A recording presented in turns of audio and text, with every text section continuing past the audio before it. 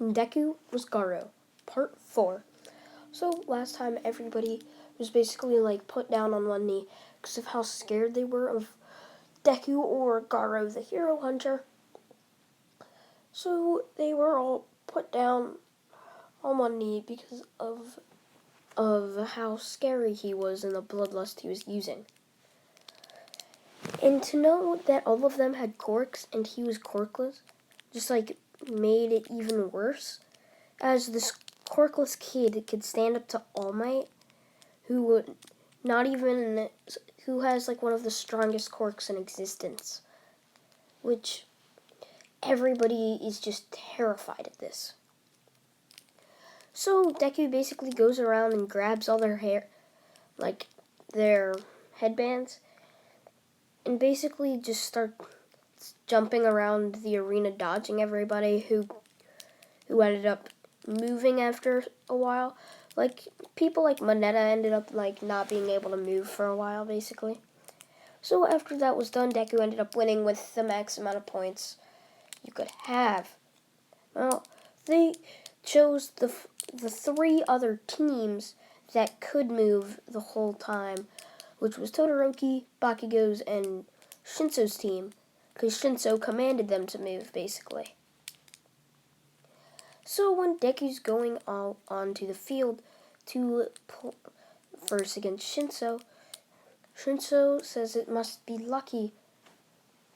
It must be lucky to have a cork like yours, so strong to be able to compare to All Might this young of an age. Which basically makes Deku mad. Deku just yells at him like, "What makes you think I have a cork? I've been corkless my whole life." Which pretty much shocks Shinso, because Shinso like never really cared. Like, he never even knew about the hero hunter. So when he heard this, he's like, "Wait, what?" So Deku's just like, "It's amazing how you don't even know about me.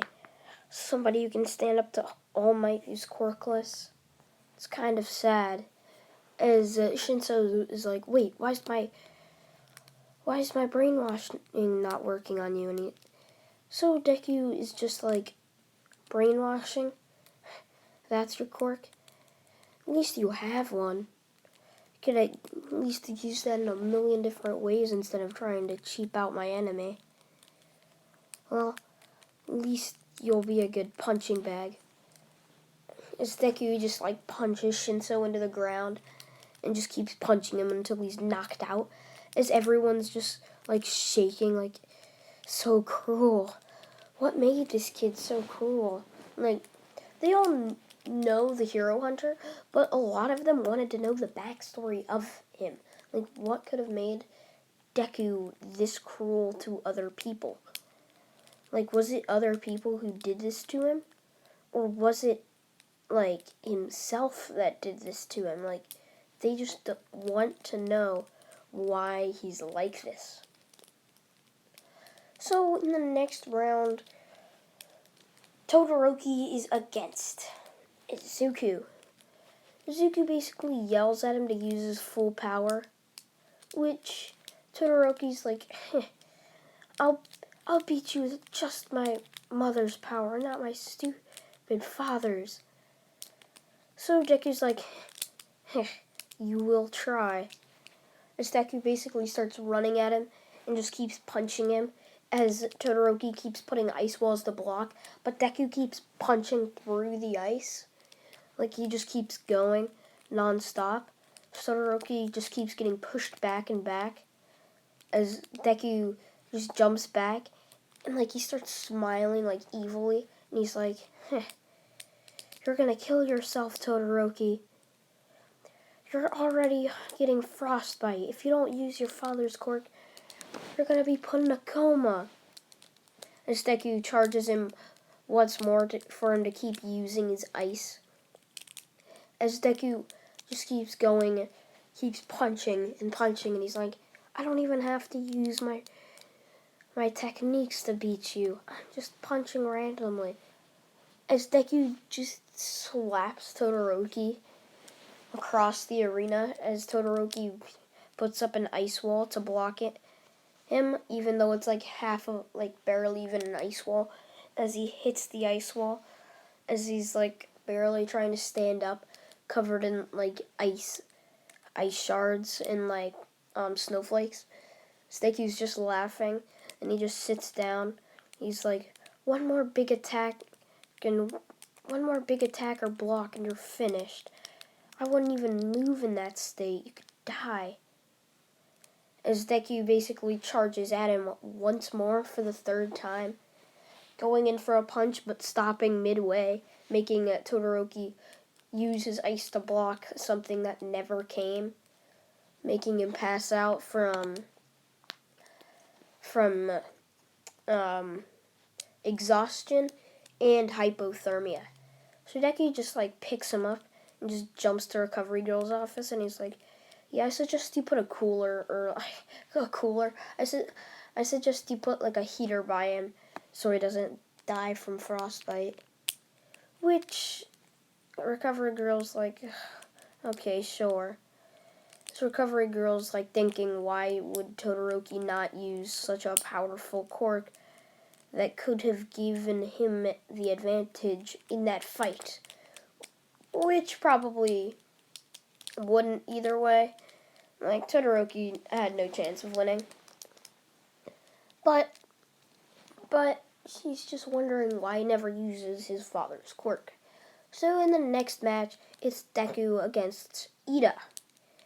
Iida obviously goes for a reciprocal burst, which is like his special move, which is like makes him go super fast.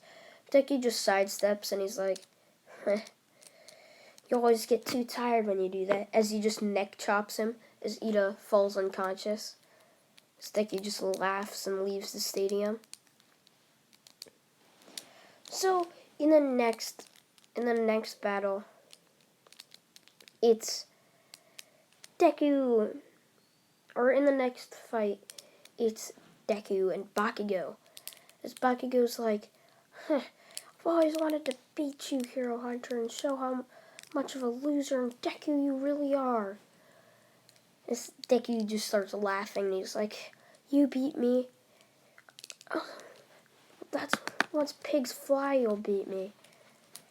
Never in a million years. As Midnight yells go, as both Bakugo and Izuku charge at each other, but Deku drops to the ground and just does a spinning punch in the air, just doing the dirtiest move ever, just like making Bakugo like fly upwards, and he's like, haha, you're too cocky, Bakugo. You shouldn't be too full of yourself. That's how villains always lose. As Deku charges once more, and he's like, fist of flowing water, crushing rock. Corrected it this time, not like the past 3 parts. As Deku basically just starts punching Bakugo rapidly in the stomach. Bakugo only able to barely like get his explosions to work. As Deku turns around just for Bakugo to be like putting his hands up to his face, like, what the heck happened? As Deku just snaps, and Bakugo is sent back with a massive explosion in his face. If you're wondering how this happened, the same way how I think he killed the Nomu, how we put all like the pressure points in the nerves. Basically, Deku did that, but not as severe, and he like timed when his quirk will work again, his explosions, because Bakugo was trying to set off an explosion. So he timed that, and he snapped at a perfect time as an explosion came up and just consumed Bakugo. So Bakugo was like, oh, damn it, how did I lose? As he was inside of a wall, and he just like fell out of the wall. Like, he was indented into the wall as he like slowly just fell out of it, trying to get back up, and he's like, I can't lose. As Midnight yells, Bakugo is out of the ring, and he's knocked out. That makes Garou the Hero Hunter the winner. as everyone's like cheering for him, and he's like, yay. I don't really care that much though. Alright, so let's get going. He basically just goes back up to the stands, not really caring. And once he gets there, it's like 5 more minutes and then the medal awarding ceremony. That's all done, all my hands in the medal. Deku's like, wow, I'll cherish it forever, in like a sarcastic voice. So the next day in UA, they're given like their internships. And Deku's just like, who should I internship for him? As he sees he only has one internship, and he's like, Gran Torino. Wonder who this guy could be. Deku basically just goes there. Like, Gran Torino was the only one, like, psychotic enough to choose Garou the Hero Hunter. And that's when Deku learned that Iida's brother was almost killed by the hero killer. And Deku's like, I might have to hunt the hero killer. I might have to hunt Stain. That would be interesting. As Deku basically just walks off, just not caring. So once he gets to Gran Torino's place, he's like, quit it, old man, and get up. I know that's ketchup. As Gran Torino hops up and he's like, oh, you're no fun. Deku basically puts his finger in it and just tastes it, and he's like, why'd you waste this good ketchup, though? It was ketchup. I'm not even sure if Garou even likes ketchup. So he's like, who cares? Alright, so try and catch me. So Gran Torino starts bouncing around, only for Deku to say, fist of flowing water, crushing rock, as he just grabs Gran Torino's leg and like almost crushing it as he puts him back down. He's like, is that easy enough for you? So Gran Torino's like shocked, like it's taken so long for somebody to actually like catch him. He's like, so you really are enough to beat All Might. It's pretty funny. So I guess I should train you. So Gran Torino basically trains Deku how to use like his legs to bounce up off the wall, which Deku also incorporates this into his four-legged style. So he's much faster, like much more quick, basically. So Gran Torino basically sees this, and after a couple of days, or on the last day, they go out searching for villains. As soon as a Nomu comes in and destroys the train, Deku just hops out and he's like, bye. As Deku's like, damn it, Iida, I knew you were coming for revenge. You're gonna get yourself killed. As he basically is hopping from alleyway to alleyway until he sees the hero hunter, or the hero killer. He's like, Stain, what is this? As Stain just looks at him and he's like, oh, it's the hero hunter. Somebody who's too scared to kill. He's like, as Deku just responds like, well, at least I don't kill people. You're ruining families. You're tearing them apart. This kid lost his brother to a hospital bed because of you. As Deku's like, I only beat them up so much to where they're scared so they don't try and become heroes again. I don't see why you always try and kill them. It's just annoying. As Deku steps forward, and so does the hero hunter, as they both charge at each other. So the hero hunter, like, takes out his swords, as Deku is like, fist of flowing water, crushing rock, as he basically uses speed and grabs one of the hero killer's swords, and he's like, a sword. I guess I'll use this. As they both charge at each other, like slamming the swords into each other with such precision. It's like a lightsaber fight in Star Wars. And they keep doing this until they jump back. Deku's like, final, my final move, new one. Fist of flowing water, crushing rock, sword blast, I don't know, or tsunami wave. As Deku basically charges up like a massive tsunami of like water or whatever, I don't know. As Hero Killer also does this, as they both are on the opposite side, facing the other way from each other.